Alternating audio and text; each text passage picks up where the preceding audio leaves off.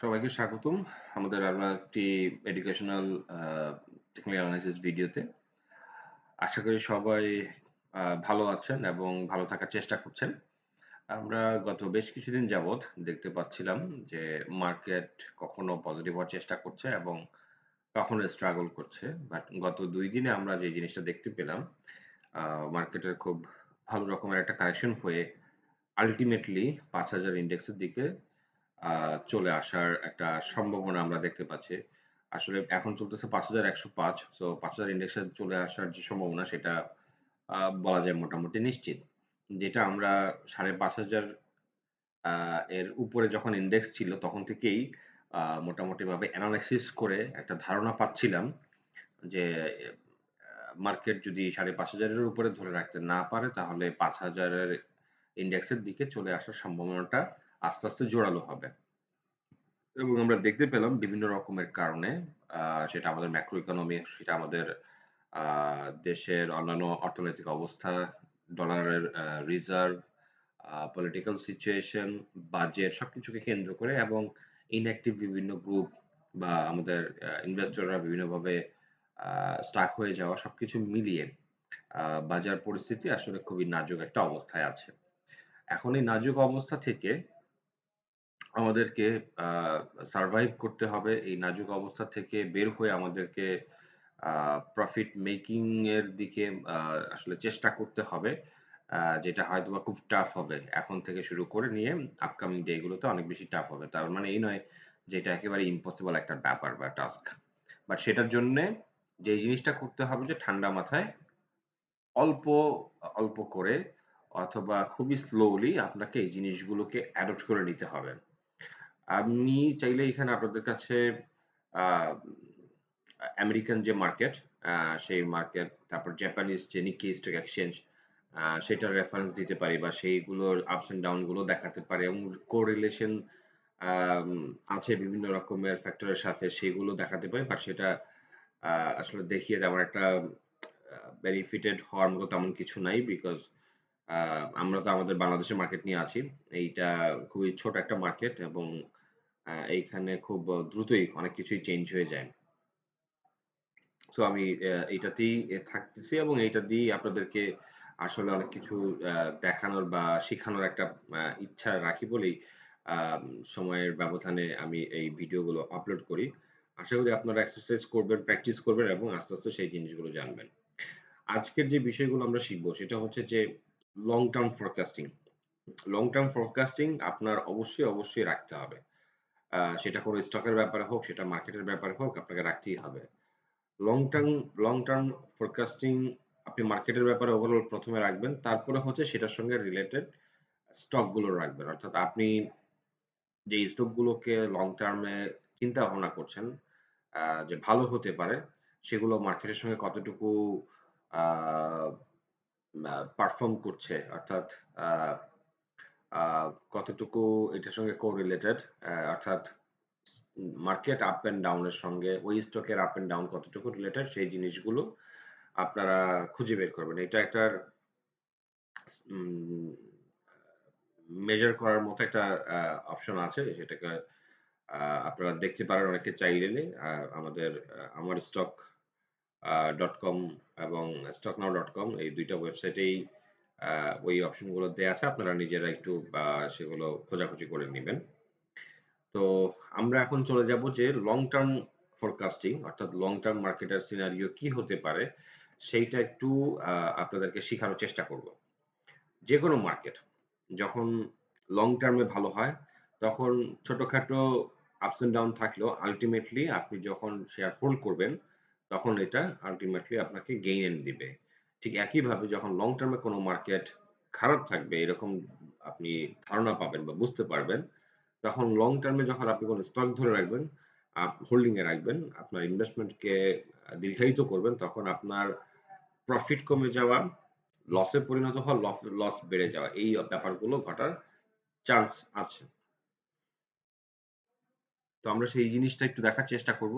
কেন লং টার্মে যাচ্ছি? কারণ যেই জিনিসটা এখন মার্কেটে দেখা যাচ্ছে যে আপনি যদি মার্কেটের ওভারঅল সিনারিও টা না বুঝেন, তাহলে অ্যাকর্ডিংলি আপনি বিহেভ করতে পারবেন না। মার্কেটে আপনি সেই অনুযায়ী প্ল্যান মাফিক এক্সিকিউশন করতে পারবেন না। লং টার্মের ফরকাস্টিং বা অ্যানালাইসিস এ যাওয়ার আগে সবথেকে জরুরি যে বিষয়টা সেটা হচ্ছে টাইম ফ্রেম। যেমন আপনারা এখানে যে চার্টটা দেখতে পাচ্ছেন সেখানে আমি ডাব্লিউ অর্থাৎ উইকলি চার্ট নিয়ে এসেছি। আপনাদেরকে এখানে উইকলি চার্ট অথবা মান্থলি চার্টের দিকে নিয়ে যেতে হবে ওভারঅল লং টার্মের একটা সিনারিও আপনাদের বুঝার জন্য। তো আমরা প্রথমেই যে জিনিসটা করব আমি মান্থলি চার্টই চলে যাচ্ছি বিকজ চার্টটা তাহলে অনেকটা ছোট হয়ে আসবে এবং টাইম ফ্রেমটা আমরা খুব ইজিলি দেখতে পাবো।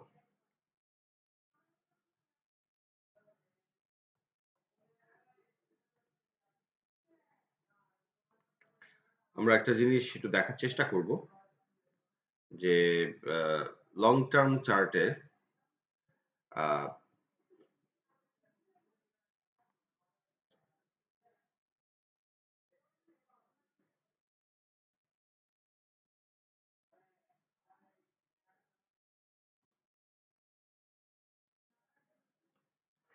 যাই হোক এখানে আসলে আমি ডেটটা দেখাতে পারছি না বাট আমি কার্সর রাখলে এই যে যে জায়গাগুলো চেঞ্জ হচ্ছে আপনারা দেখতে পাচ্ছেন এই জায়গাগুলোতে আপনি দেখতে পাবেন।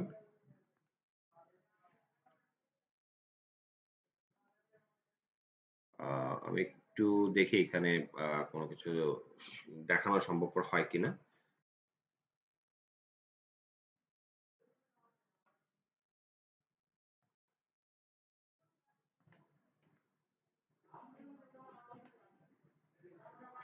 আচ্ছা, আমরা যে জিনিসটা দেখাতে চেয়েছিলাম যে টাইম ফ্রেমটা আমরা যদি নিয়ে আসি তাহলে এখানে খুব ইজিলি দেখতে পাচ্ছি। আমরা দেখতে পাচ্ছি ২০০৩ সাল থেকে এখানে ডেটা আছে। সো ২০০৩ সাল থেকে যে ডেটা আছে আমরা এইটার লং টার্ম একটা আ চার্ট দেখব যে আমাদেরকে অ্যাকচুয়ালি ইনডেক্স আ কি বলে? আমরা সেটা একটু দেখার চেষ্টা করব। তো আমরা ১ম এ একটু ট্রেন্ড লাইন বুঝার চেষ্টা করি। সেইজন্য ২০০৩ সাল থেকে আমি একটা লাইন ড্র করার চেষ্টা করব এবং এই লাইনটা আমরা এই জায়গা পর্যন্ত নিব অর্থাৎ ২০০৬-৭ পর্যন্ত নিব। আমি এটা একটু ই করে দিচ্ছি আ বোল্ড আরো একটু লাইনটা মোটা করে দিচ্ছি যাতে করে আপনাদের দেখতে এবং বুঝতে সুবিধা হয়। তাহলে আমরা দেখতে পাচ্ছি যে ২০০৩ সাল থেকে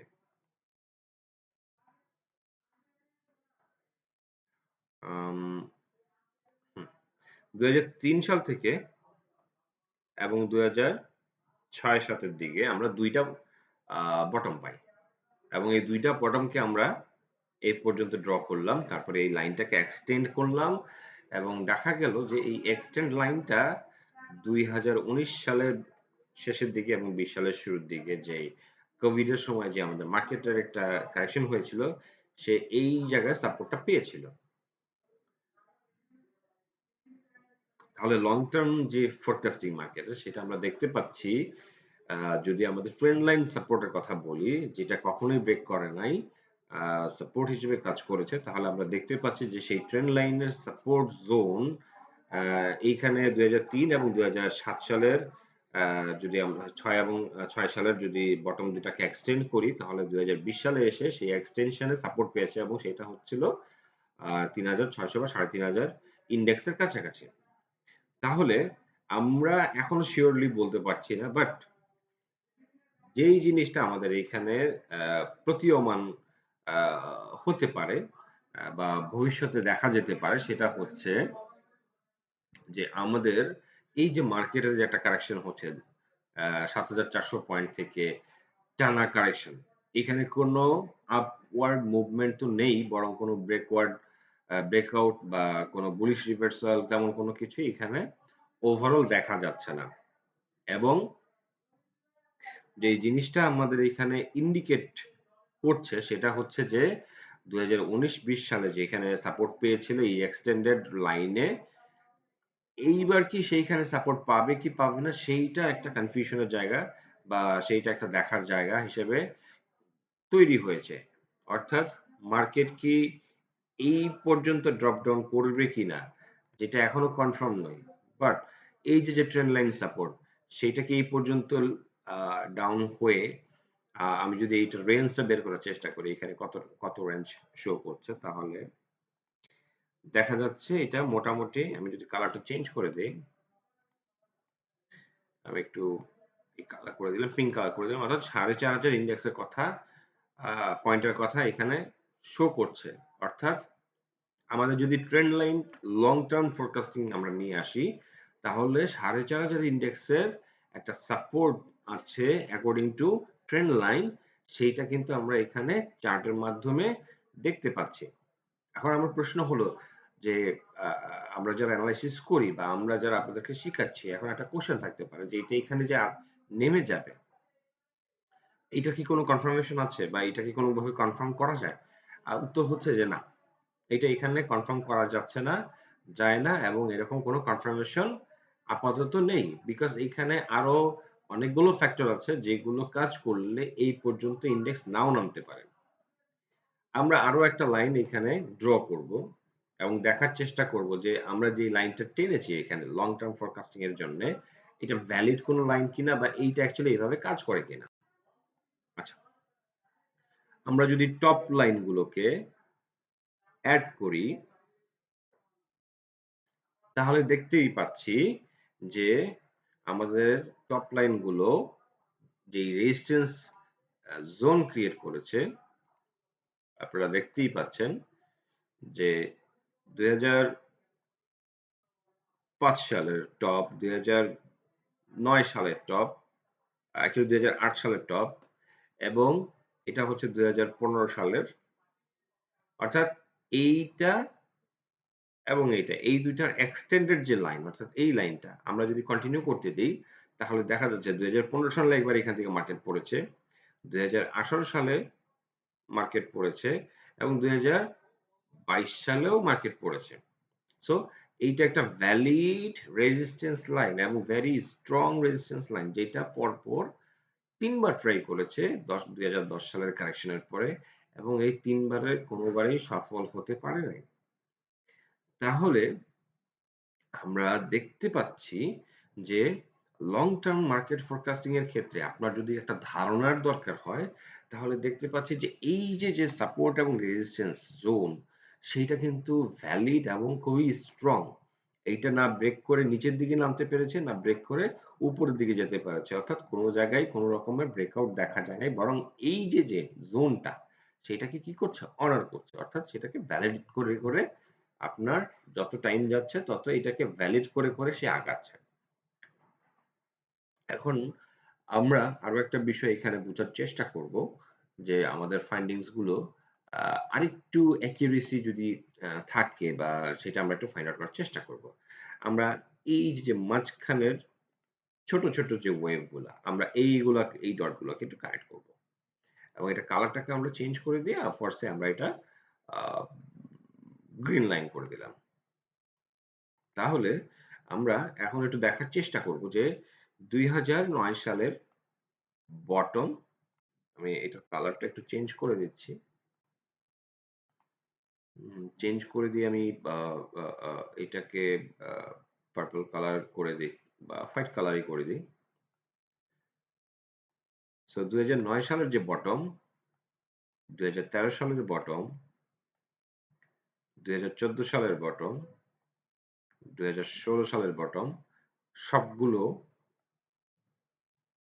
অনার করে গিয়েছে, এই লাইনটাকে অনার করে গিয়েছে, এবং যখন এটা ব্রেক করেছে, অর্থাৎ এইখানে একটা ব্রেকআউট হয়েছে, ব্রেকডাউন হয়েছে, এইখানে একটা ব্রেকডাউন হয়েছে। সো এইখানে যখন ব্রেকডাউন হয়েছে, দেন মার্কেট এখানে সম্ভবত 5100 বা 5000 পয়েন্ট ছিল, এবং সেখান থেকে খুব দ্রুতই নেমে এই লাইনটাতে চলে আসছে এবং 3500 চলে আসছে। ঠিক একইভাবে এইখানেও 6000 6100 মতো একটা সাপোর্ট জোন ছিল, এবং সেটা ব্রেক করেই কিন্তু এখন নিচের দিকে এটা নামতে শুরু করেছে।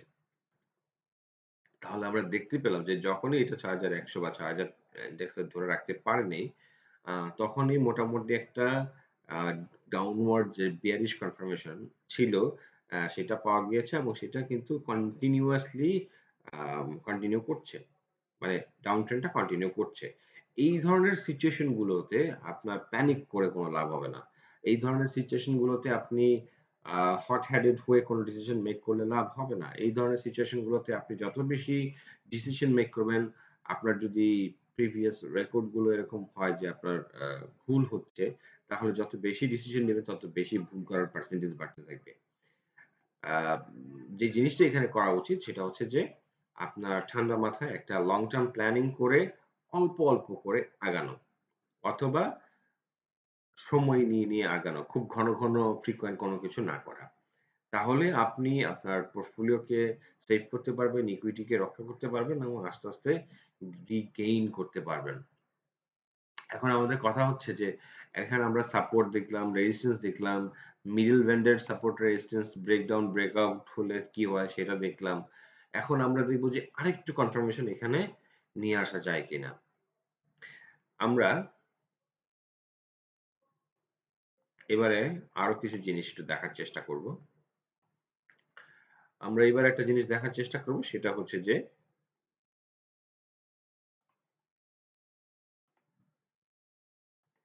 এই যে একটা জোন, দীর্ঘ সময় এই জোনটাতে কি হচ্ছিল, মার্কেট একটা সাইডওয়েতে চলছিল বা কনসোলিডেশন হচ্ছিল। এবং সেটা যদি আমরা ধরি, আমরা মোটামুটি এই ক্যান্ডেল থেকে যদি ধরি, তাহলে 22 2022-এর জুলাই থেকে নিয়ে 2023-এর মে পর্যন্ত, তার মানে 1 বছর। আমরা বলতে পারি যে 1 বছরের মতো একটা সাইডওয়ে চলে। কিন্তু যখনই এই সাইডওয়েটার ব্রেকডাউন হয়, অর্থাৎ আপনারা জানবেন যে ফ্লোর উঠিয়ে দেওয়ার পরেই মার্কেটে মূলত স্বাভাবিক কারেকশনের মাধ্যমে একটা বিয়ারিশ চ্যানেলের ক্রিয়েট করে এবং সেটা কন্টিনিউ এখনো পর্যন্ত করছে। তো এই যে ব্রেকডাউনটা হয়, মূলত এইটাই তার যে আপওয়ার্ড বুলিশ যে ট্রেন্ডের একটা ব্যাপার ছিল সাপোর্ট পাওয়ার, সেইটা নাকচ করে দেয় এবং পরবর্তী সাপোর্ট জোন যেটা ট্রেন্ড লাইন অনুযায়ী সেই 4,500 সেইটার দিকে আস্তে আস্তে ধাবিত হচ্ছে। সো এই যে কনসলিডেশনের পরে, নরমালি আপনারা জেনে রাখবেন এই কনসলিডেশন বা সাইডওয়ে চলার পরে যদি কখনো নিচের দিকে ক্রস ডাউন হয় তাহলে খুব বেশি রকমের মার্কেট কারেকশন হয়। ঠিক একইভাবে এটা যদি উপরের দিকে ব্রেকআউট করে তাহলে মার্কেট খুব বেশি পরিমাণে বাড়তে থাকে। তা আমরা দেখলাম যে সেটা ব্রেকডাউন হয়েছে এবং সেটা মার্কেটটাকে নামিয়ে নিয়ে আসছে অলমোস্ট 5,100 পয়েন্টের কাছাকাছি। এবং আমার অ্যানালাইসিস দেখে যে জিনিসটা মনে হচ্ছে সেটা হচ্ছে এটা 4,500-এর দিকে যদি কখনো চলেও আসে তাহলে অস্বাভাবিক ভাবে নেয়ার কোনো অবকাশ নেই। বরং এই জিনিসগুলো আ চার্টে আমরা দেখতে পাচ্ছি যে কি ভবিষ্যতে হতে পারে, কোন পর্যন্ত হতে পারে।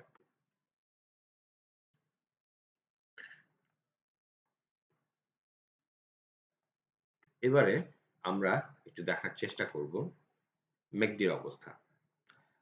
ম্যাকডির কিছু বেসিক বাট নিডেড কিছু ইনসাইটস আছে বা টেক আছে যেগুলো আপনাদেরকে সেইভাবে অ্যানালাইসিস এবং আমলে নিতে হবে। আপনারা দেখেন যে ম্যাকডি যখন ডাউনওয়ার্ড আনটিল ক্রসওভার, হুম, আনটিল ক্রসওভার মার্কেট কিন্তু খুব একটা বেশি ভালো হয় নাই। হ্যাঁ, যেখানে ক্রসওভার গুলো হয়েছে সেই জায়গায় কিন্তু মার্কেটটা ভালো করেছে। যেমন এইখানে একটা ক্রসওভার, এই জায়গায় একটা ক্রসওভার, এইখানে একটা ক্রসওভার, এইখানে আরো একটা ক্রসওভার। তা আমরা এবার একটু জুম করে দেখব। তাহলে ১, ২, ৩, ৪ ৪টা ক্রসওভার পেয়েছি গত ১৪ থেকে ১৫ বছরের মার্কেটে। এবং আরো কিছু থাকতে পারে, বাট আমরা এখানে প্রত্যক্ষ করছি যে ৪টা, সেটা নিয়ে আমরা আলোচনা করছি। এই ম্যাকডি ক্রসওভার গুলোতে আপনারা যদি দেখেন যে মার্কেটের কিন্তু একটা সাস্টেইন গ্রোথ ছিল। মার্কেটের কিন্তু এই জায়গায় সাস্টেইন গ্রোথ ছিল। এটা হলো,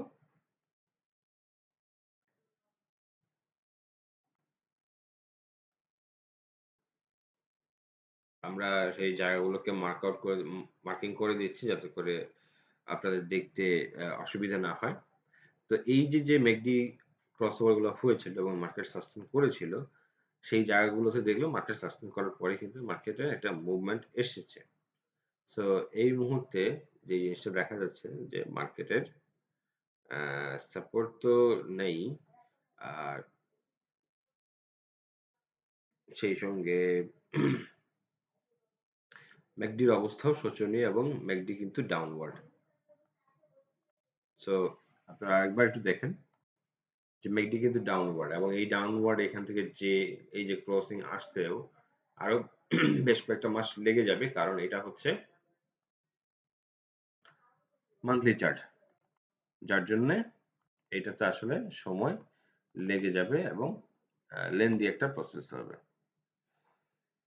তাহলে লং টার্ম মার্কেট আমরা দেখতে পেলাম, কিন্তু এখন আমাদের আহ, আহ, করণীয় কি? করণীয় হচ্ছে মার্কেট যেই সমস্ত জায়গায় সাপোর্ট আছে সেই সমস্ত জায়গাগুলোতে বাই করে ছোটখাটো গেইনের ব্যাপারে সচেষ্ট থাকা, এবং এরপরে শেয়ারে হোল্ডিং মধ্যমেয়াদী থেকে দীর্ঘমেয়াদে আপনার মার্কেটে মানে হোল্ডিংটা টাইম ফ্রেম, হোল্ডিং এর যে টাইম ফ্রেম শেয়ার সেইটুকু না বাড়ানো যদি সেই স্টকটা না লসে থাকে। তো আজকেই এই পর্যন্তই আমি রাখছি।